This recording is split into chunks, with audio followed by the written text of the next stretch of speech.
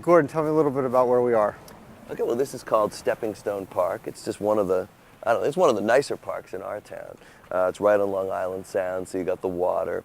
But it's just kind of a nice place, I mean, especially with kids, you know, to come and kind of chill out or have a picnic, something like that. So you mentioned kids. How many kids do you have? I have three. I have an 8-year-old, a 5-year-old, and a 2-year-old. Now, have you seen any signs that any of them are going to be a writer? I don't know, you know, my kids enjoy writing. I mean, you know, the older two. My 8-year-old is just starting to get to the age where kids in his class and, you know, in those couple of grades are starting to read some of my younger books. So it's really nice to see that aspect of my professional life kind of impact with my family. Do you think that it's kind of expected of them because their dad's a children's writer, or you write all the time?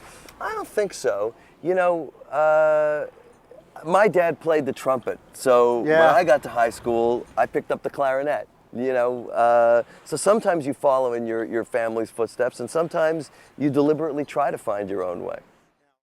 I asked Gordon to tell me the story of how his first book was published.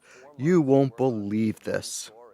And I actually sent it to Scholastic because I was the class monitor for the Arrow, you know, the Scholastic book orders in our class.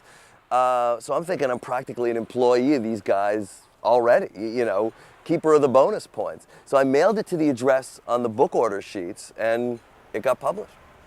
That is an amazing story.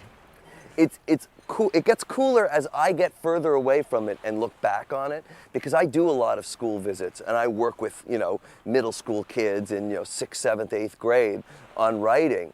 And, you know, I sometimes when I think back to my own experience, it didn't seem that weird because it happened, you know, and yet the further I move along and the more I work with kids, the more bizarrely, flukily lucky it seems like I was way back then.